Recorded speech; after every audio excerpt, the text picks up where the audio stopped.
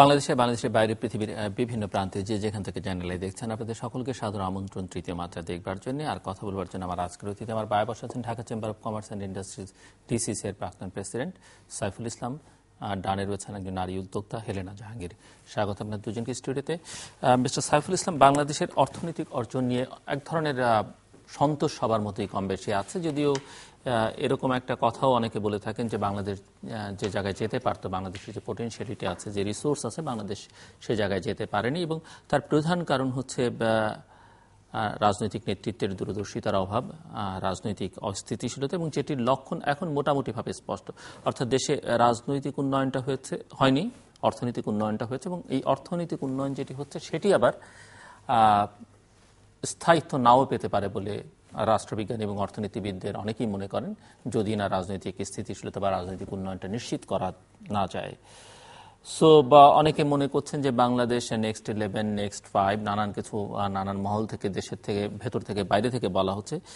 এখন যে রাজনৈতিক অস্থিরতা যেটি চলছে এবং এই চিত্রটা আমরা ঠিক 1 বছর আগেও দেখেছি, প্রায় 5-6 মাস।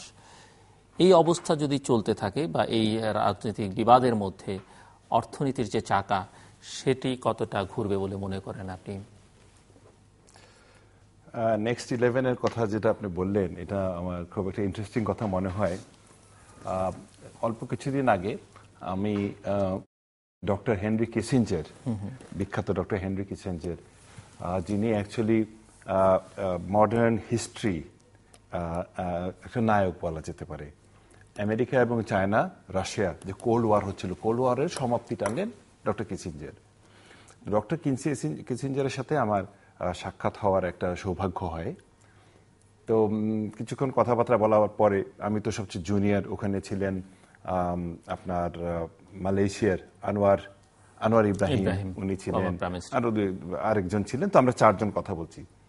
তো আমি তারপরে দেখলাম যে কথাটা শেষ হয়ে আসছে, তো আমি ভাবলাম যে কিছু একটা বলি মনের ভেতরে। তো অনেকক্ষণ ধরে শুনছি।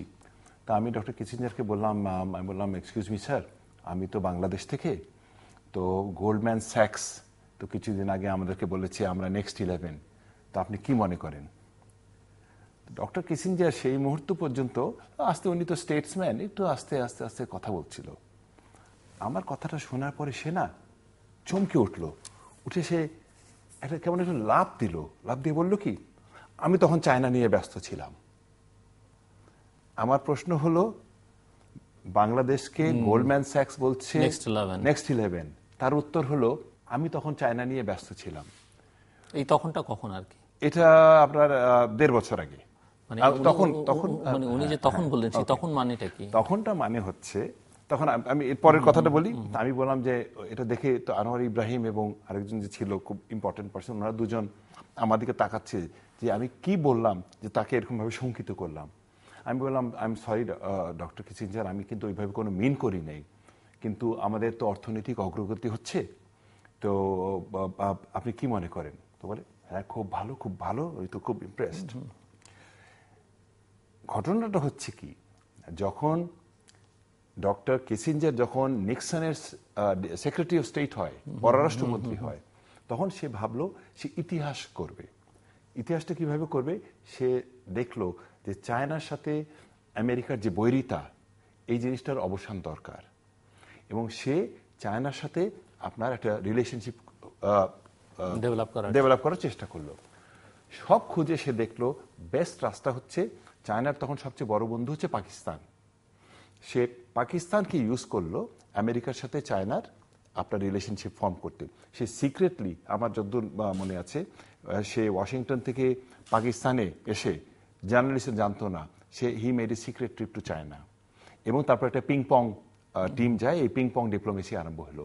That was the opening of the America China detente, যাকে বলে থয়িং। ডেটন্ট মানে থয়িং, এই যে কোল্ড ওয়ারটা থ করলো। এই ঘটনাটা ঘটে 1971-এ। তখন আমেরিকা চাচ্ছে চায়নার সাথে এই সম্পর্ক ডেভেলপ করতে। পাকিস্তানের তখনকার আভ্যন্তরীণ প্রবলেম হচ্ছে ইস্ট পাকিস্তানের সাথে যে আপনার আওয়ামী লীগ মেজরিটি পেয়ে গেল, এবং এসে ইস্ট পাকিস্তানকে, আওয়ামী লীগকে তারা দিবে না। তা আপনার ক্ষমতা গভর্নমেন্ট করতে দিবে না। এই যে আমাদের যে স্ট্রাগল, ওটা তার মাথায় তখন সেই সময় তার জন্য এটা কোনো ব্যাপার না।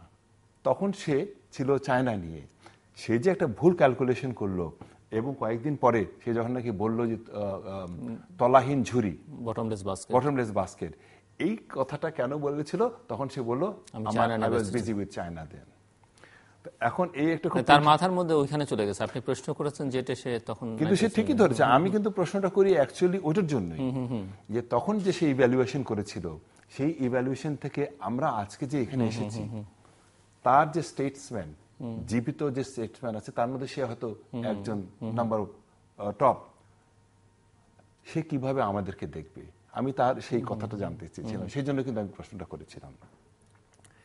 তো এখন আজকে আমরা নেক্সট 11 যে একটা কথা ছিল, আমি বলি যে আমার যেটা হচ্ছে অ্যানালিসিস, সেটা হচ্ছে ক্ষুদ্র ব্যবসায়ী হিসাবে, সেটা হচ্ছে যে বাংলাদেশের আমাদের গত স্বাধীনতার পরে এখন থেকে যে গ্রোথ যেটা হয়েছে, এই গ্রোথটা হয়েছে কারণ আমরা বাংলাদেশের এই যে আপনার এই যে বন্যায়, এই যে প্রতি বছর আমাদের বন্যা হয়, এই বন্যা হচ্ছে 10,000 বছর ধরে। আমাদের পূর্বপুরুষরা এই বন্যার বিরুদ্ধে সংগ্রাম করে অভ্যস্ত। একদিক দিয়ে বন্যার সাথে সংগ্রাম করে, আরেকটা দিক হচ্ছে আমাদের কিন্তু কোনো রুলার ছিল না। মোগলরা ছিল 500 বছর, মোগলরা কিন্তু এই বেঙ্গলে নট ইন্টারেস্টেড। তারপর আসলো ব্রিটিশরা ইস্ট ইন্ডিয়া কোম্পানি কলকাতায় এসে আরম্ভ করলো, কিন্তু চলে গেল ওইদিকে। আমাদের এখানে ছিল বেসিক্যালি জমিদারি সিস্টেম। তা আমরা যে বাঙালিরা, আমাদের পূর্বপুরুষ গত 10,000 বছর ধরে আমরা নিজেরা নিজেদের যে আমাদের ভবিষ্যৎ, আমাদের নিজেদের আমাদের আকাঙ্ক্ষা শুধু ছিল, সম্পর্ক ছিল দুইটা। একটা ছিল আমাদের কর্মতৎপরতা, আর একটা ছিল আল্লাহ। কারণ যখন নাকি ফ্লাড ভালো হতো তখন ছিল আমাদের ভালো ক্রপ, ফ্লাড খারাপ হলে আমাদের কিন্তু করার কিছু ছিল না। এই জন্য আপনি দেখবেন আমাদের আরেকটা জিনিস আপনি দেখবেন যে আমরা খুব মানে ওই ফেটালিস্টিক, আমাদের প্ল্যানিং বেশি করি না। তো এই গত যে 40 বছর আমাদের এই যে সংগ্রামের, যে এই যে বন্যার সাথে প্রকৃতির সাথে সংগ্রাম করার যে আমাদের এই 1000 বছরের যে আমাদের অভ্যাস হয়ে গেছে গিয়ে, এই শক্তিটাই এখন পর্যন্ত নিয়ে এসেছিল। এখন একটা পয়েন্ট আসছে যে আমাদের দেশে আপনি দেখবেন কতগুলো বেশ কয়েকটা প্রতিষ্ঠান হয়ে গেছে $1 billion company, not million but $1 billion company. এই $1 বিলিয়ন কোম্পানি টপে, তারপর আছে মাঝারি, তারপরে ছোট। এই $1 বিলিয়ন কোম্পানি যখন নাকি এক্সপ্যানশন করে, তখন তারা তো আর 1-2 কোটি টাকার এক্সপ্যানশন করবে না। তারা একটা স্টিল প্রজেক্ট করবে, একটা বড় প্রজেক্ট করবে, তারা $100 মিলিয়ন, few $100 মিলিয়ন এক্সপ্যানশন করবে।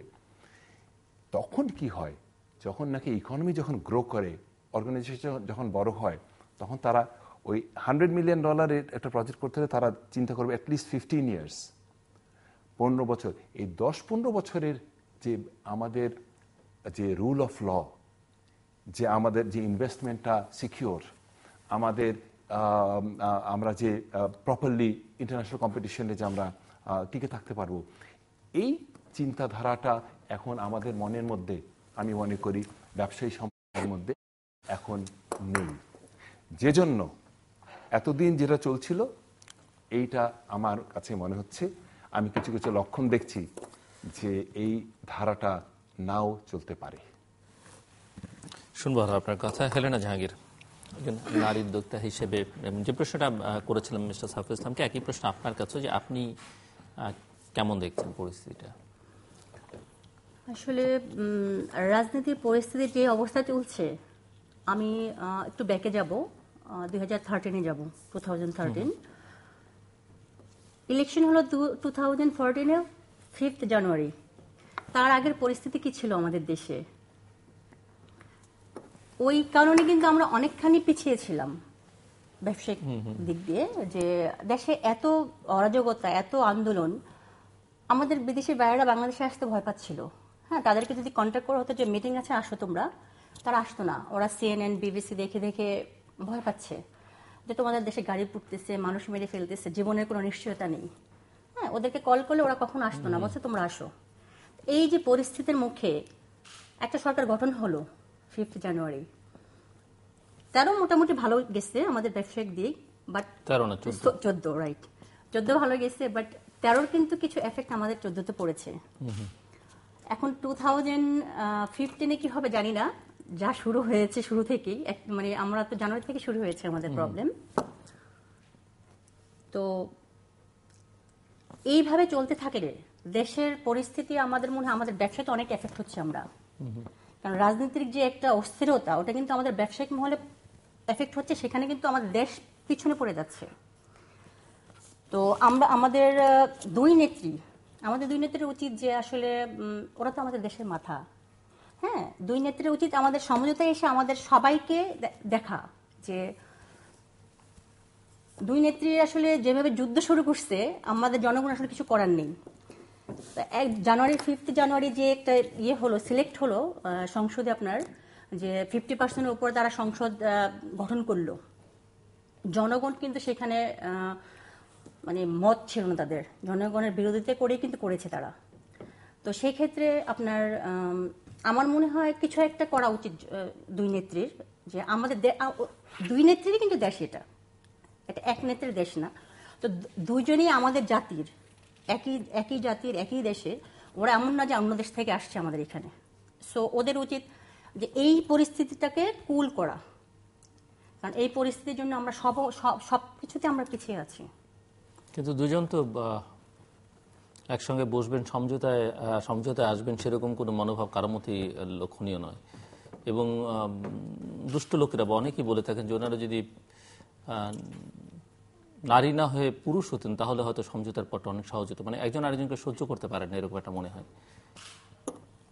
এটা আসলে আমাদের কোনো সে নেই জনগণের, কারণ আসলে সমঝোতা না আসলে আর মানে দেশ কিভাবে চলবে? আমাদের তো প্রত্যেকটা সাইডে, প্রত্যেকটা পয়েন্টে আমরা লুজার হচ্ছি, আমাদের বাংলাদেশ পিছিয়ে পড়ে আছে। যদিও আমাদের গার্মেন্টস সেক্টর আমরা সেকেন্ড পজিশনে আছি। এই দেশটির সম্পর্কে তো ওনাদের দুজনেরই সবচেয়ে ভালো জানবার কথা, দুজনেই লম্বা সময় ধরে প্রধানমন্ত্রিত্ব করেছেন, একজন তো করেই দলের নেত্রী ছিলেন। সো দেশের সম্পর্কে তো ওনাদের সবচেয়ে ভালো জানার কথা, দেশটা নেতৃত্ব দিয়েছেন দুজন, তাহলে মানে দেশপ্রেমটা ওনাদের মধ্যে বা দেশাত্মবোধটা ওনাদের মধ্যে কি কম মনে হয়? দেশাত্ম মানে আমাদের বিদেশি যে বাইরেরা তারা তো বলে যে তোমাদের ভিতরে তো একতা নেই, তোমাদের নিজেদের ভিতরে তোমাদের কোনো একতা নেই, তো তোমরা ব্যবসা করবে কিভাবে? তারপরে কিন্তু আমরা সেকেন্ড পজিশনে আছি ব্যবসায়িক দিক দিয়ে, গার্মেন্টস সেক্টর, রাইট। তো আমাদের এই রাজনৈতিক অস্থিরতার কারণে কিন্তু আমরা শুধু ব্যবসা না, অনেক সাইডে আমরা লুজার হচ্ছি, খনিজ সম্পদ, কৃষি সম্পদ, সব সম্পদে আমরা ক্ষতিগ্রস্ত হচ্ছি। দুই নেতৃত্ব দেশ, কিন্তু দুই নেতৃত্ব সারাক্ষণই লেগে আছেন। আমাদের মনে হয় যে ওনারা দুইজনে বসে এটা সমঝোতা করে দেশের জন্য কিছু করা। জি, আসবো আপনার কাছে। মিস্টার সাইফুল ইসলাম, 2021 সাল নাগাদ বাংলাদেশ এটি মধ্যমায়ের দেশে পরিণত হবে, এই আশাবাদ আমরা সরকার বা রাষ্ট্র যারা চালাচ্ছেন তাদের কাছ থেকে শুনছি। এর বাইরেও অনেকে মনে করেন যে সেটি সম্ভব, কিন্তু অন্তরায়গুলো, বাধাগুলো কোথায় সেগুলো তারা আইডেন্টিফাই করার চেষ্টা করেন। এবং সরকারই বলছে বা প্রধানমন্ত্রী নিজেও বলছেন যে 2043 সাল নাগাদ বা 41-এর মধ্যে বাংলাদেশ একটি উন্নত আর দেশে পরিণত হবে। পসিবল কিনা? আমি একটু এর আগে চাই, হেলেনা জাহাঙ্গীর আপা উনি বলেছেন যে এই আপনার 5 জানুয়ারির আগে যখন কাস্টমাররা সাথে যোগাযোগ করতাম আমরা, তারা বলতো যে না আমরা আসবো না, তোমরা আসো, আমেরিকা যাও বা দেখা করো বা মাঝখানে কোথাও সিঙ্গাপুরে। এই বছর পরিস্থিতি চেঞ্জ হলো 15-এ,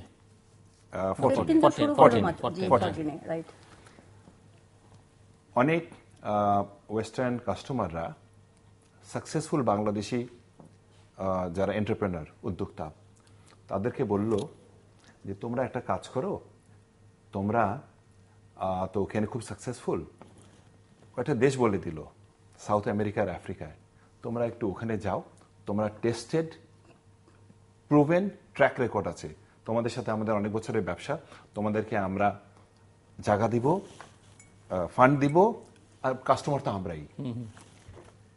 এটা খুব ইন্টারেস্টিং ফেনোমেনা। এতে কি বোঝা যায়? বোঝা যায় যে আমাদের বাংলাদেশি Entrepreneur- উদ্যোক্তাদের স্কিল খুব ভালো। আচ্ছা, কিন্তু আগে ছিল ঠিক আছে তোমরা বাংলাদেশে ব্যবসা করো, কিন্তু তোমাদের এখানে রাজনৈতিক পরিস্থিতি ভালো না, আমরা এসে একটু হংকংয়ে বা সিঙ্গাপুরে মিটিংটা সারো। এখন ওখান থেকে তারা সরে গেল, তারা বললো না বাংলাদেশে আমরা আর কন্টিনিউ করতে চাই না, আস্থা উঠে গেছে।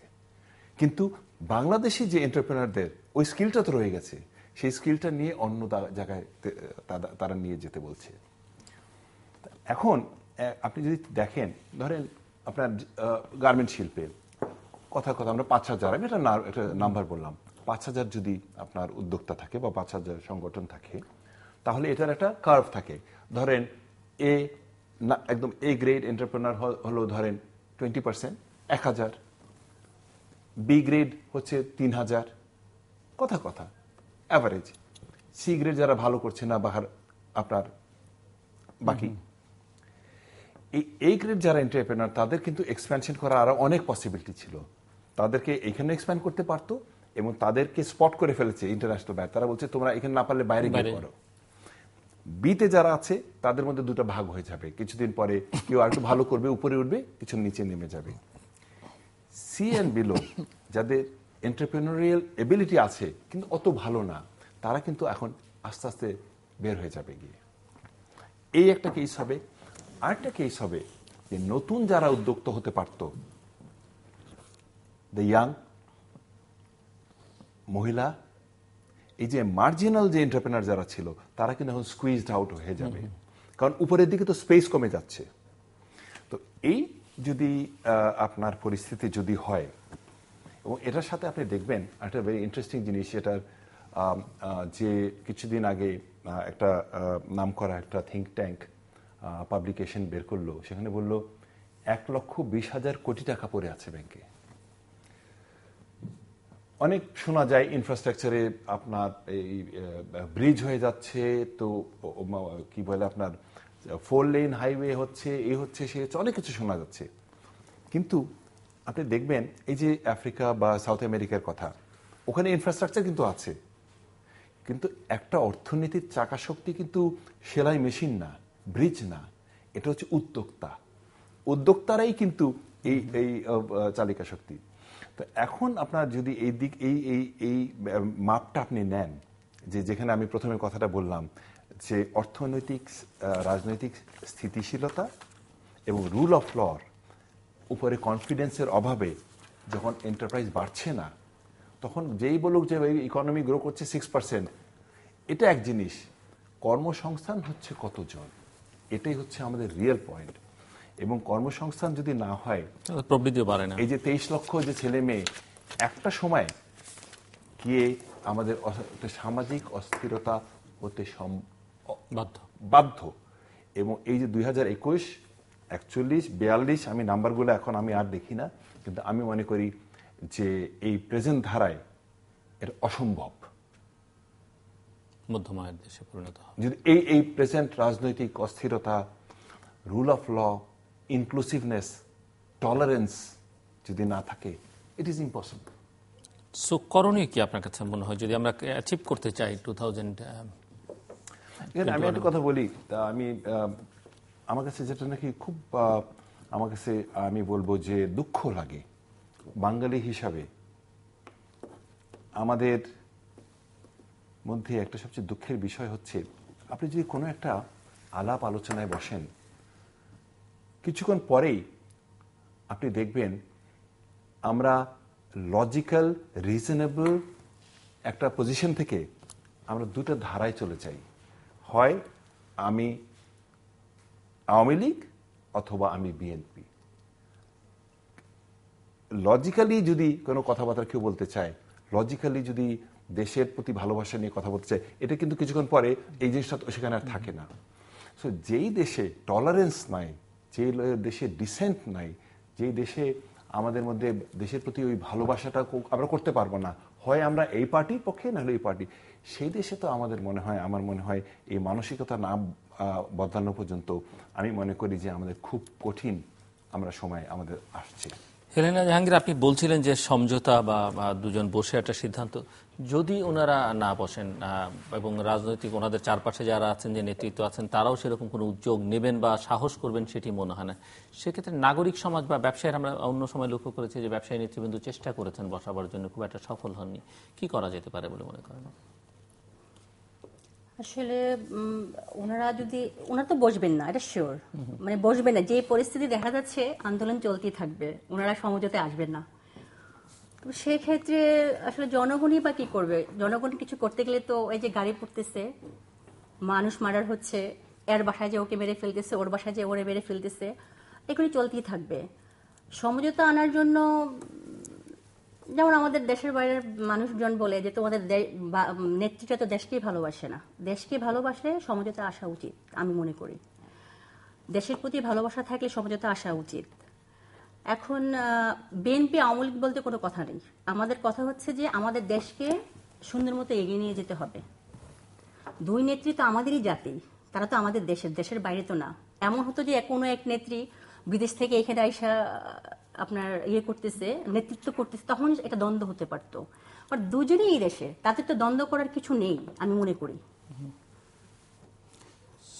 সো যদি পরিস্থিতি এরকম চলতে থাকে, কি দাঁড়াবে?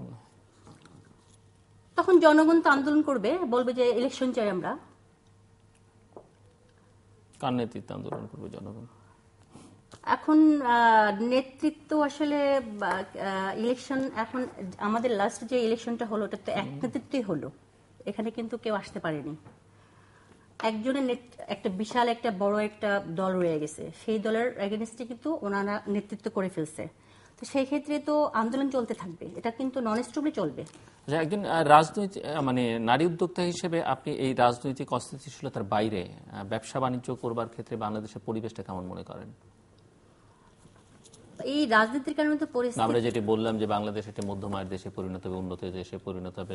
মিস্টার ইসলাম মনে করছেন যে ইন্ডিকেটরগুলো থাকা দরকার, সেটি তিনি দেখছেন না এখন পর্যন্ত, বাইরে থেকে যে যত কথাই বলুক না কেন। দেশের এই অবস্থা চলতে থাকলে তো আসলে ব্যবসায়িক হোক, সব সাইডে তো লুজার হচ্ছে আমরা। তো সেই ক্ষেত্রে উচিত, সমঝোতা তো করবে না, জনগণও করলেও তো ওরা দুই নেত্রী মানবে না যে আমরা সমঝোতায় আসি। সেক্ষেত্রে আমার মনে হয়, বলছি যে সামগ্রিকভাবে রাজনীতির প্রসঙ্গটা আমরা যদি বাদ রাখি, আইন শৃঙ্খলা পরিস্থিতি বা প্রশাসনিক সহায়তা, সরকারি সহায়তা, নীতিগত সহায়তা, সেগুলো আপনাদের ব্যবসা বাণিজ্যের অনুকূল মনে করেন আপনি? ব্যবসায়িক অনুকূলে, প্রশাসন তো আসলে ব্যবসায়িক অনুকূলে আমাদের আমরা ভালো সাপোর্ট পাচ্ছি ব্যবসায়িক সাইড দিয়ে, প্রশাসনও পাচ্ছি, ব্যাংক পাচ্ছি, সব সাইডই পাচ্ছি। বাট রাজনৈতিক দিক দিয়ে তো আমরা অনেক বেশি। রাজনীতির বাইরে আর কোনো অন্তরায় সমস্যা দেখেন না আপনি? আর আসলে মেইন তো দেশের তো সবকিছুই নির্ভর করে রাজনীতির উপরে। আর রাজনীতিতে অস্থিরতা বিরাজ করলে তো আসলে কোনো সাইডে আমরা আগাতে পারবো না। লাস্ট কিছুদিন যাবত হরতাল হচ্ছে, আমরা বাসায় বসে আছি, কার কয়টা অ্যাম্বুলেন্স আছে, অ্যাম্বুলেন্স দিয়ে তো অফিস করা সম্ভব না। এইভাবে অস্থিরতা চলতে থাকলে তো কোনো কি করব আমরা, সবই বন্ধ হয়ে যাবে।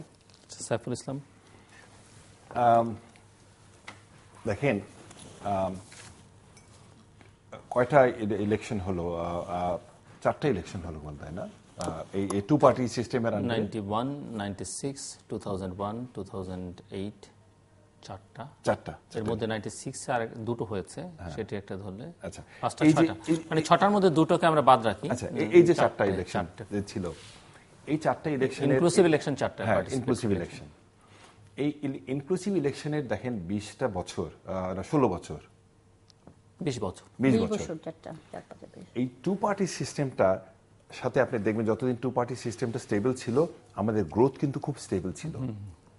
এবং এই যে এক পার্টি যখন নাকি হরতাল করা আরম্ভ করলো, তখন কি করলো, তখন একটা পাবলিক প্রেশার বিল্ড আপ হলো, তখন ডিক্লেয়ার করা হলো যে না, ইকোনমিকে, গার্মেন্ট ইন্ডাস্ট্রি ইত্যাদি এইসব ভাইটাল ইন্ডাস্ট্রিগুলো ইকোনমি থেকে হরতালের থেকে বাদ পড়বে। এই যে টু পার্টি সিস্টেমে এতদিন চলছিল, এখানে অর্থনৈতিক গ্রোথের সাথে সাথে একটা জিনিস হচ্ছে, যেটাকে আমি বলবো সারপ্লাস। আমাদের সবাইয়ের কাছে কিছু সারপ্লাস পয়সা হলো। এই সারপ্লাস পয়সা দিয়ে কি করা হলো? মেয়েরা লিপস্টিক কিনলো, বাসায় একটা ফ্রিজ কেনা হলো, একটা এটা কিন্তু সারপ্লাস এই যে সারপ্লাস ইকোনমিটা ক্রিয়েট হলো আর কি। আমরা যদি 1971 থেকে যদি আমাদের ইকোনমিকে আমি একটু আজকে একটা বাংলা ভাষার একটা দিব ডিসক্রিপশন, সেটা হচ্ছে আমরা ছোটকালে আমরা দেখতাম আমাদের মা, খালা, নানি, এটা মহিলারা অর্থনীতি কিন্তু চাবিকাঠি তাদের কাছে ছিল, তাদের আঁচলের মধ্যে তাদের চাবি থাকতো আর কিন্তু পয়সা থাকতো, এই পয়সা দিয়ে বাজারের পয়সা। আমরা আরম্ভ করি আঁচল অর্থনীতিতে। স্বাধীনতার পরে কিছুদিন যখন নাকি সোশ্যালিজম হলো, সব রাষ্ট্রীয়করণ হলো, তখন এটা হয়ে গেল অচল অর্থনীতি। আঁচল থেকে গেলাম আমরা অচলে। যখন নাকি ইলেকশন হওয়া আরম্ভ করলো, ডেমোক্রেসি এস্টাবলিশ হওয়া আরম্ভ করলো 90-র পরে, তখন হলো সচল। আঁচল থেকে অচল, তারপরে সচল। আবার যখন আমরা এই টু পার্টি সিস্টেমের এই ইনস্টেবিলিটি আরম্ভ হলো, এখন আমরা সচল থেকে আবার অচলে যাচ্ছি। এই অচল অর্থনীতিতে এখনো কিন্তু রাষ্ট্রীয়ভাবে বিস্ফোরণ হয় নাই। তার কেন? তার কারণটা আচল রাজনীতির অচল অর্থনীতি। তার কারণ হচ্ছে ওই যে একটু সারপ্লাস, এই যে যতদিন পর্যন্ত অর্থনীতি ভালোভাবে গ্রো করছিল, এই যে সারপ্লাস, আমরা কিন্তু এখন সারপ্লাস ভেঙে ভেঙে আমরা এখন আগাচ্ছি। একটা সময় আসবে, যেহেতু এই 1,20,000 কোটি টাকা পড়ে আছে, গার্মেন্ট ইন্ডাস্ট্রি নতুন হচ্ছে না, এমপ্লয়মেন্ট ক্রিয়েশন হচ্ছে না, তখন আমরা এই অচল থেকে আবার আমাদের আঁচলে, সেই আমাদের বাসায় স্ত্রী, মা, তারা কিন্তু আস্তে আস্তে তারা মনিটর করা আরম্ভ করবে, এই টাকা পয়সা খরচ কিন্তু কমানো আরম্ভ করবে, ইকোনমিক গ্রোথটা উইল লেভেল অফ। সো এই পরিস্থিতিতে আমাদের আমি এইভাবে দেখি আর কি, আচল, অচল, সচল থেকে আবার সচল, অচল, আবার আমরা আরেকটা পজিশনে যাচ্ছি যেখান থেকে আমাদের ব্যাক করা খুব কঠিন হবে। এবং আমার মনে আছে যে গত ইলেকশনের আগে যখন আমরা কথাবার্তা বলতাম, অনেকে বলতো, খুব জ্ঞানী গুণী, ওনারা বলতো যে দেখো, তোমাদের এই ইলেকশনটা যদি ঠিকমতো না হয়, তোমরা 20 বছর পিছিয়ে যাবে। তখন কিন্তু আমরা বুঝতে পারতাম না যে কেন এই কথাটা বলতেছে। কিন্তু অ্যাকচুয়ালি আমি যেটা দেখতেছি, যে যদি এখন আমাদের এই পলিটিক্যাল ইনক্লুসিভনেস না হয়, তাহলে আমাদের অ্যাকচুয়ালি আমরা বেশ পিছিয়ে পড়ব। সো এ থেকে বেরোবার উপায় কি? মানে বেরোবার উপায় তো, মানে আপনারা যে উদ্যোক্তাদের যে প্রশংসা আমরা বাইরে থেকে শুনি, আপনারা নিজেরাও ফিল করেন, উদ্যোক্তা শ্রেণী, ব্যবসায়ী শ্রেণী, বা এখানে একটা বিরাট জনগোষ্ঠী, তরুণ, এই পরিস্থিতি থেকে বেরোবার কোনো উপায় বের করা সম্ভব না? শুধু একটা ওয়ার্ড, একটা হচ্ছে ইনক্লুসিভ গভর্নেন্স। দুইটা শব্দ, মানে আইডিয়াটা ইনক্লুসিভ।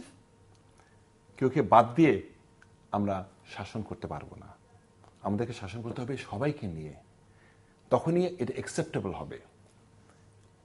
আজকে আপনি বলেন আমাদের কোথায়, আমাদের ব্যাংকের যে ব্যাংকিং সেক্টরের যে পরিস্থিতি, অ্যাকচুয়ালি যে এই আপনার ওই রিপোর্ট, যে অ্যানুয়াল রিপোর্ট এক জিনিস, কিন্তু ব্যাংকের ভিতরে কিন্তু পরিস্থিতি অন্যরকম।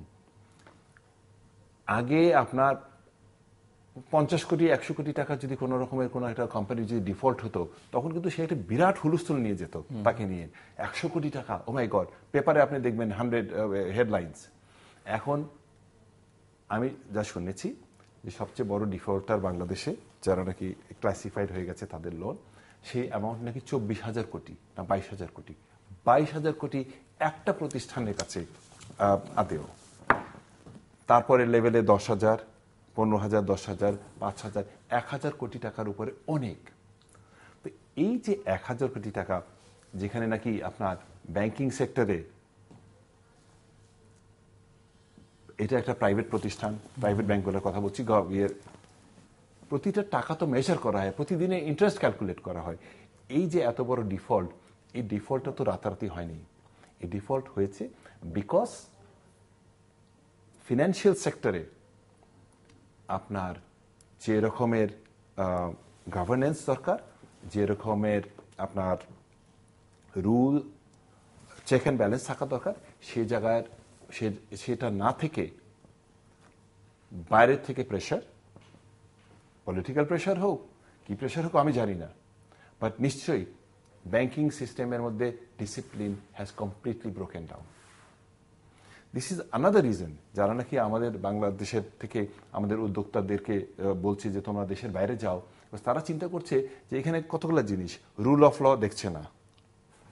কালকে একজন ব্যক্তি সে মানে হার্মলেস একজন লোক, একজন রিয়াজুর রহমান সাহেব, টোটালি তার মতো এরকম নন কনফ্রন্টেশনাল, সে কোনো কথাবার্তা তার একদম শান্ত, মানে এরকম একটা ভদ্রলোক, তাকে যে যখন নাকি গুলি করা হলো, এটা আমি মনে করি যে এটা যে কত বড় সিগন্যাল যাবে, কারণ আপনি বিদেশিরা চিন্তা অলরেডি গেছে তো, সবাই তো ক্ষোভ প্রকাশ করেছে। এবং ব্যবসায় আমাদের যে প্রবলেমটা হবে, এই যে এখন আমি বলি নামই বলি পাকিস্তানে আমাদের কাস্টমার যারা আছে, ইন্টারন্যাশনাল কাস্টমার, তারা বেসিক্যালি বাংলাদেশ থেকে কিন্তু পাকিস্তানটাকে করে আপনার কন্ট্রোল করে, বিকজ তারা পাকিস্তানে ওই রাস্তাঘাটে আপনার সেফ না, এই জন্য ওখানে যেতে চায় না। পাকিস্তানের গ্রোথ, আপনার গার্মেন্ট গ্রোথের পোটেনশিয়াল অনেক বেশি, আমাদের অনেক আগে ছিল, তাদের কটন আছে, টেক্সটাইলের হিস্ট্রি আছে। এখন যদি বলে যে গুলশানের মতো, যেখানে সব বিদেশিরা তো গুলশানে থাকে মোস্ট অফ দেম, গুলশানে এরকম একটা লোক, একটা সিম্পল নন কনফ্রন্টেশনাল লোক, তাকে গুলি করা হয়, এখন আমাদের যে আপনার বায়াররা, আমাদের যে ইন্সপেক্টররা, কোয়ালিটি, এদেরকে কি আমরা বাংলাদেশে পাঠাবো নাকি আমরা এখন আরেকটু দূরে চলে যাব? এই যে একটা পরিস্থিতি, আমাদের এটা হওয়ার সাথে সাথে আপনি দেখেন স্টেট ডিপার্টমেন্ট থেকে আসছে, আমরাও টেলেক্স পেলাম, কি বলে মেল পেলাম যে তোমাদের দেশে কি এখন তো এভরিথিং ইজ ওকে, তোমাদের নাকি ওই গুলশানে যেখানে নাকি আমাদের স্টাফরা থাকে ওখানে নাকি গোলাগুলি হচ্ছে, যা হয় সবকিছু একটু মাল্টিপ্লাইড হয়ে যায় আর কি। তো এই যে ঘটনাটা হলো, এটার ফিনান্সিয়াল ইকোনমিক রিপারকাশন অবশ্যই আমরা অলরেডি ফিল করব। এবং এই যে জায়গায় আমরা ছিলাম 2021 মধ্যমায় ইত্যাদি, সেটার জন্য আমাদের যদি আমরা একটা রাজনৈতিক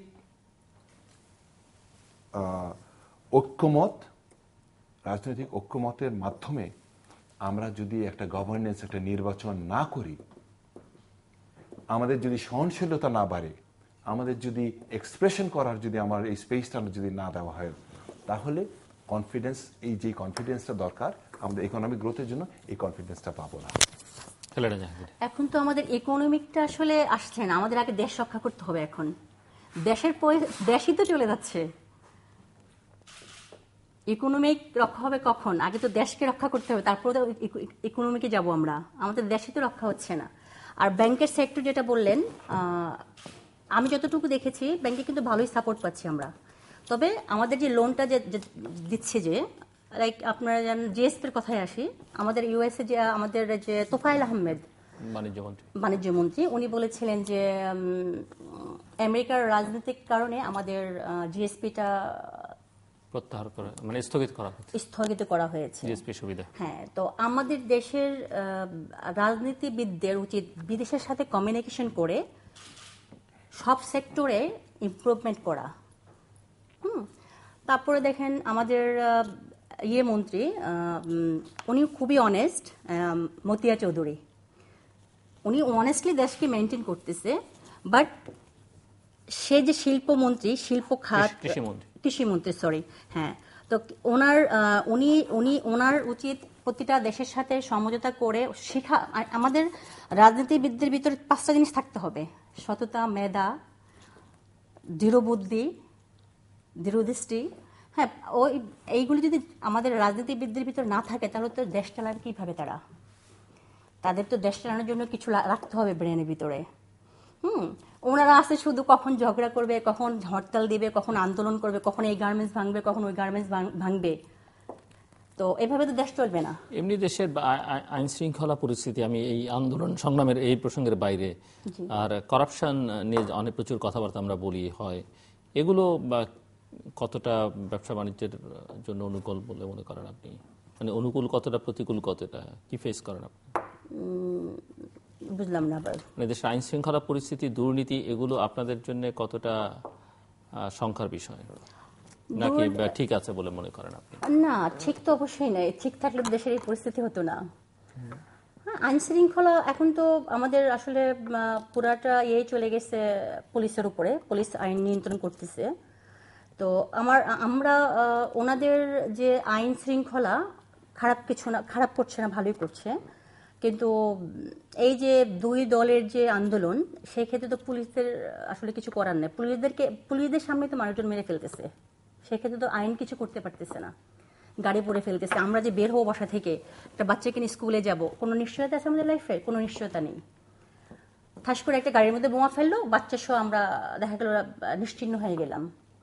তো সেক্ষেত্রে আগে তো আমাদের প্রোটেকশন দরকার, সরকারের উচিত আমাদেরকে আগে প্রোটেকশন দেওয়া।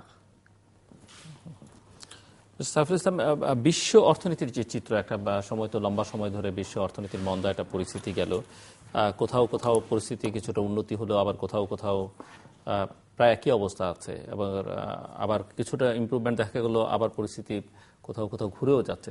তো এই বিশ্ব অর্থনীতির সঙ্গে তাল মিলিয়ে বাংলাদেশের যে অর্থনীতি, এই সম্পর্কটা বা সেখানে আপনি কি দেখেন? এখানে অ্যাকচুয়ালি ডিপেন্ড করে আমাদের ইকোনমিক পলিসিসগুলো, এই পলিসিসগুলো কিভাবে ফর্মুলেট হচ্ছে। সবচেয়ে সিগনিফিক্যান্ট, গত বছরের সবচেয়ে সিগনিফিক্যান্ট, মোস্ট ইম্পর্টেন্ট হিস্টোরিক্যাল যে ঘটনা, সেই ঘটনাটা হলো তেলের দাম কমেছে বিশ্ব $80, $70 থেকে কেউ কল্পনা করতে পারেনি আজকে বোধহয় 40 সামথিং, এবং যে বলা হচ্ছে $30 নামবে। এই $30 যদি হয়, এখানে কিছু উইনার হবে, কিছু লুজার হবে। বাংলাদেশ বিরাট উইনার হবে। কেন? কারণ আমাদের তেল import is a big thing, আমরা তেল প্রডিউসার না। নর্মালি যেটা হয় যে যখন নাকি এই যে এই তেলের দামের সাথে সবকিছু কানেক্টেড, কারণ এই যে ট্রাকে করে আমাদের চিটাগংয়ে মাল আসে যায়, তারপরে ট্রান্সপোর্টেশন, চাষির যে ফলমূল, এগুলো ট্রান্সপোর্টেশন, প্রত্যেকটা transportation is a big cost. Transportation কস্টের তেলের দাম যখন নাকি অর্ধেকেরও কমে যায়, আমাদের এখানে দেখা, আমরা ফার্স্ট আমার মনে হয় তেলের দাম কি কমেছে মনে হয় না, বিশ্ববাজারে অর্ধেকেরও কম। ওদের প্রেডিকশন হচ্ছে, মর্গান স্ট্যানলি বড় কোম্পানি, তাদের প্রেডিকশন হচ্ছে এটা $30 নামবে। এই সময় আমাদের যদি পলিসিগুলো আমরা ইমিডিয়েটলি রিফর্ম করি, চেঞ্জ করি, যে হ্যাঁ আমাদের যে তেলের দাম আমাদের যদি ওয়ার্ল্ড প্রাইস যদি আপনার হাফ হয়, আমাদের এখানে তেলের দাম কেন এখন কমবে না? আমাদের এমনি আমরা অর্থনৈতিকভাবে আমাদের সেই আঁচলের দিকে আমরা যাচ্ছি, সচলের থেকে আঁচল। এখন আমাদের জিনিসপত্রের দাম, স্পেশালি আমাদের পেট্রোলিয়াম প্রাইস, এটা কমানো উচিত, নাম্বার 1। নাম্বার 2 হচ্ছে যে এখানে কিছু কিছু অপরচুনিটি ক্রিয়েট হবে। সেই অপরচুনিটিগুলো হবে, আমি মনে করি যে ইয়েতে আপনার একটা ইম্পর্টেন্ট একটা জিনিস আমি বলবো। সেই ইম্পর্টেন্ট হচ্ছে আমাদের একটা জিনিস এখন চিন্তা করার সময়, যে এই গার্মেন্ট ইন্ডাস্ট্রির পরে আমাদের কি? আমাদের 40 বছর ছিল, কিন্তু বেসিস ছিল গার্মেন্ট ইন্ডাস্ট্রি। এখন গার্মেন্ট ইন্ডাস্ট্রির এক্সপ্যানশন হচ্ছে না। আমাদের ম্যান পাওয়ার, আমাদের এখন একসময় ম্যান পাওয়ার ছিল প্রবলেম, এখন ম্যান পাওয়ার হচ্ছে সবচেয়ে বেশি পজিটিভ জিনিস। কারণ কাজে লাগাতে পারলে, কারণ আপনার বয়স্ক আপনার লাইফ এক্সপেক্টেন্সি বেড়ে গেছে, আমাদের ইয়াং যে সেই ডিভিডেন্ডে তো আপনি বেশি দিন সময় পাবেন না কিন্তু ব্যবহার করার। এই অপরচুনিটিগুলো নেওয়া, এই মুহূর্তে পলিসিগুলো ডেভেলপ করা, এইভাবে ম্যান পাওয়ার ট্রেনিং করা, it is a very simple thing. কিন্তু এই সব কিছুর পিছনে কিন্তু আমি আবার বলবো যে কোনো জিনিস আপনি কিন্তু বেশি দিনের জন্য ফোর্স করে কোনো জিনিস করাতে পারবে না। সবকিছুর একটা it has to have it's, এখন নরমাল ভাবে না হলে যে ফোর্স করে করাতে হবে না, একটা র্যাশনাল ভাবে, ন্যায় ভাবে। কোনো সম্পর্ক, আনফেয়ার সম্পর্ক কিন্তু বেশি দিন থাকে না। একটা ফেয়ার সম্পর্ক, বাবা ছেলে, স্বামী স্ত্রী, যে কোনো সম্পর্ক বলেন, ইভেন ফ্যামিলির মধ্যে, আর প্রতিষ্ঠানের মধ্যে, দেশের মধ্যে, কোনো একটা আনফেয়ার একটা রিলেশনশিপ বেশি দিন থাকবে না। সো আমাদের এই জনসংখ্যাকে আমাদের নেক্সট কি, এই প্ল্যানিংটা করানো, ম্যান পাওয়ার ট্রেনিং করানো, ফুয়েল প্রাইস কমে যাচ্ছে, এই অপরচুনিটিটা নেওয়া, আমাদের ইনফ্লেশন কমানো, ইনফ্লেশন করার ইনভেস্টমেন্ট বাড়ানো, this are the very fundamental requirements of this moment. জি, আপনি বলছিলেন। এখন তেল শিল্প দিয়ে তো আর বাংলাদেশ চলবে না, আমাদের তো আরো অনেক শিল্প আছে। আমাদের সরকারের উচিত খনিজ সম্পদ, তেল সম্পদ, কয়লা সম্পদ, মৎস্য সম্পদ, লাইক আমাদের জনগণ কত 16 কোটি বা 18 কোটি হবে। আমাদের দেশ যদি, সরকার যদি এই মৎস্য শিল্পটাকে একটু রাইজ করে, ভালো মতো দেখাশোনা করে, এই মৎস্য সম্পদ দিয়ে দেশে বিদেশে করে আমাদের 16 কোটি মানুষের কিন্তু ভরণ পোষণ করা যায়। তো শুধু তেল নিয়ে বলে তেল না, সব সম্পদকে আমাদের রক্ষা করতে হবে। তেলের প্রসঙ্গটা অন্যভাবে, বিশ্ববাজারে তেলের দাম কমেছে, তো সেটাকে বাংলাদেশ কাজে লাগাতে পারে। বাংলাদেশের সামনে তো এখন কয়লা শিল্পের সাথে কিন্তু কয়লা যেখানে পাওয়া যাচ্ছে, বাংলাদেশের যেখানে যেখানে কয়লা, বাংলাদেশ সেই কয়লা ব্যবহার করছে না, তো ব্যবহার করার কোনো চিন্তাও করছে না, সেটা বলিনি। কয়লা শিল্পের পাশাপাশি কিন্তু ওখানে আপনার স্বর্ণ মুদ্রাও পাওয়া যায়। কয়লা যেখানে পাওয়া যাবে সেখানে স্বর্ণ পাওয়া যায়। আমি এটা একটা ইন্টারনেটে পেয়েছিলাম যে যেখানে কয়লা থাকবে সেখানে স্বর্ণ থাকবে এবং থাকবে। তো আমার মনে হয় আমাদের সরকারের উচিত সেই খনিজ ইয়েগুলি খুঁজে বের করে এগুলি আমাদের দেশের সম্পদে কাজে লাগানো। আপনি বারবার যেমনটা বলছেন যে চাপ প্রয়োগ করা, চাপ কি প্রয়োগ করবে? বাংলাদেশের জনগণের মধ্যে এক ধরনের ডিসএঙ্গেজমেন্ট তৈরি হচ্ছে, তারা পলিটিক্যাল প্রসেসের সঙ্গে ঠিক কারোর সঙ্গে কোনো সম্পৃক্ত হতে চায় না, পছন্দও করে না। এখন মনে হচ্ছে প্রত্যেকে এক ধরনের নিজের মতো করে নিজের জীবনটাকে গোছাতে চায়। নিজের জীবনের সাথে তো আমাদের দেশের সম্পর্ক, সবকিছু সম্পর্ক আছে, কিন্তু তারপরেও এক ধরনের মানুষ সম্পৃক্ত করতে পারে না, করতে চায় না, এই প্রবণতাটা আছে। আমি জানি না মিস্টার ইসলাম কিভাবে দেখেন। হতাশা এবং এই যে রাজনীতির সাথে যে সম্পৃক্ততা যদি আপনি দেখেন, সেটা দুটো কারণে হয়। একটা কারণ হচ্ছে আমরা কিসের কাছে যাই, যে জিনিসটা আমাদের মনের সাথে মিলে।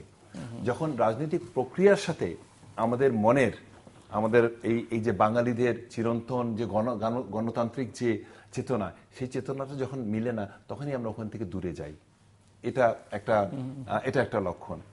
আরেকটা জিনিস যেটা যে জন্য আমি দূরে আসবো, যখন আমি বললাম যে না, সবই ঠিক আছে, কিন্তু তার পলিসিগুলো আমার ভালো না, তার হাবভাব চালচলন ভালো না।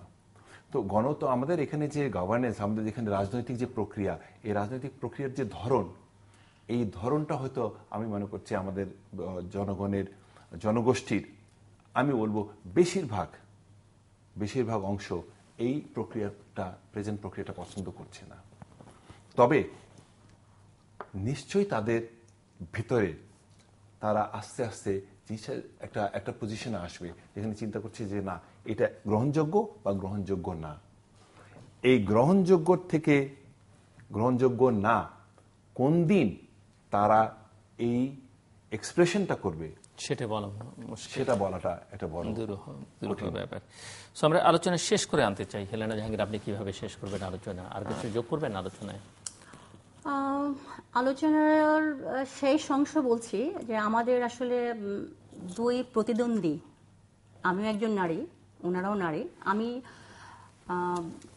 জনগণ এবং আমাদের দুই নেত্রীর কাছে অনুরোধ করব, আমাদের দেশটাকে সুন্দর করার জন্য, সচ্ছল করে রাখার জন্য ওনাদের আসলে সমঝোতা আসা উচিত। সমঝোতা এসে আমাদের দেশটাকে সুন্দর করে পরিচালনা করুক, সে যেই আসুক।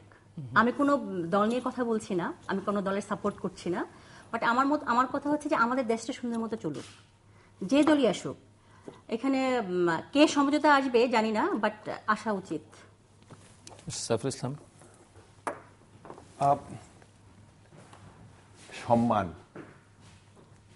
মান সম্মান সবকিছু দুইভাবে নেওয়া যেতে পারে। একটা হচ্ছে কৃত্রিমভাবে, বাই ফোর্স, আর একটা হচ্ছে যেটা নাকি ন্যাচারাল। মানুষ একজনকে সম্মান করে, উনি ভালো লোক, ওনাকে আমরা রেসপেক্ট করি। তো রেসপেক্টটা যদি আমরা ফোর্সফুলি নিতে চাই, এটা বেশি দিন টিকবে না। সো আমাদের এখানে গভর্নেন্স এবং রেসপেক্টটা কিভাবে মানুষের মনের সাথে মিলিয়ে কিভাবে আমরা আগাতে পারবো, সেই জিনিসটাই আমার মনে হয় আমাদের সবার চিন্তা করা দরকার। দর্শক, আমরা অনুষ্ঠানের শেষ প্রান্তে তৃতীয় মাত্রা সম্পর্কে আপনারা লিখতে পারেন ডাক, ইমেল, SMS এর মাধ্যমে, ইন্টারনেট, আমাদের অফিসিয়াল ওয়েবসাইট অথবা সোশ্যাল নেটওয়ার্কে যেসব পেজ রয়েছে সেই সব পেজে আপনাদের মতামত রাখতে পারেন। আর আপনাদের মতামতই আমাদের অনুষ্ঠান তৃতীয় মাত্রা আপনি দেখতে পাবেন প্রতি বৃহস্পতিবার এবং শুক্রবার বাংলাদেশ সময় রাত 2টায়, বুধবার দুপুর 11:30 এবং শুক্রবার দুপুর 1:05 দেখবার আমন্ত্রণ রইল। হেলেনা জাহাঙ্গীর এবং সাইফুল ইসলাম, অসংখ্য ধন্যবাদ আপনাদের দুজনকেই। দর্শক মণ্ডলী, আমার বাপাশে যে অতিথি বসে আছেন তিনি 43 বছরের অর্থনীতি কিভাবে এগিয়েছে তার একটি বর্ণনা করতে গিয়ে অর্থনীতির নামকরণও করেছেন। আচল অর্থনীতি, তা থেকে সচল অর্থনীতি, অচল অর্থনীতি, তার থেকে সচল অর্থনীতি, আবার এটি আচল অর্থনীতিতে চলে গেছে। এবং ওনাদের আলোচনা থেকে বুঝলে এটি স্পষ্ট যে এই যে অর্থনীতি অচল অর্থনীতি হয়ে যাচ্ছে সেটি আবার হচ্ছে কিন্তু আচল রাজনীতির কারণে। আচল রাজনীতি বাংলাদেশের অর্থনীতিকে অচল করে ফেলছে। যদিও অনেক রাষ্ট্রবিজ্ঞানী বলছেন যে রাজনীতি এটি আসলে আচল বা অন্য কোনো নাম দেওয়া সম্ভব নয়, এটি অচল। আসলে এই রাজনীতি কোনো দেশকে, কোনো গণতন্ত্রকে এগিয়ে নেয় না, শক্তিশালী করে না। দুজনে মোটামুটি অর্থনীতির আলোচনা করতে গিয়ে, ব্যবসা বাণিজ্যের আলোচনা করতে গিয়ে এক জায়গায় ঐকমত্য পোষণ করেছেন এবং হতাশাও ব্যক্ত করেছেন। এবং সেটি হচ্ছে ওনারা মনে করেন যে এখানে প্রবৃদ্ধি নিয়ে যত কথাই আমরা বলি না কেন, মধ্যমায়ের দেশ, উন্নতার দেশ, যত কথাই বলা হোক না কেন, দেশে কর্মসংস্থান তৈরি করতে না পারলে সেটি সম্ভব নয়। কর্মসংস্থান তৈরি যে হচ্ছে না সেটিও মোটামুটি স্পষ্ট, কারণ এখানে বিনিয়োগ হচ্ছে না, ব্যবসা বাণিজ্য বা সেই অর্থে বিস্তৃত হচ্ছে না, শিল্প তৈরি হচ্ছে না। এর জন্য যেটি দরকার, ওনারা দুটো বিবদমান রাজনৈতিক পক্ষগুলোর মধ্যে সমঝোতার কথা বলেছেন। একটা ইনক্লুসিভ পলিটিক্স এবং ইনক্লুসিভ ইলেকশনের কথা বলেছেন। এখানে টলারেন্স, যেটি গণতান্ত্রিক রাজনীতির অপরিহার্য বিষয়, সেটির যথেষ্ট পরিমাণ অভাব রয়েছে সে কথা বলেছেন। আইনের শাসন প্রতিষ্ঠার কথা বলেছেন এবং রাজনৈতিক স্থিতিশীলতা নিশ্চিত করবার কথা বলেছেন। এবং রাজনৈতিক নেতৃত্ব, বিশেষ করে যারা রাষ্ট্র পরিচালনা করেন, তারা সম্মান, শ্রদ্ধা, ভালোবাসা যেটি পেতে চান সেটি জোরপূর্বক না নিয়ে বরং মানুষের আস্থা অর্জনের মধ্য দিয়ে যদি সেটি অর্জন করবার চেষ্টা করেন, তাহলে ওনারা মনে করেন এটি কল্যাণকর হবে সবকিছুর জন্য, অর্থনীতির জন্য যেমন, রাজনীতির জন্য তেমন। দর্শক, আমাদের সঙ্গে থাকবার জন্য অসংখ্য ধন্যবাদ। আপনাদের সবার জন্য শুভকামনা।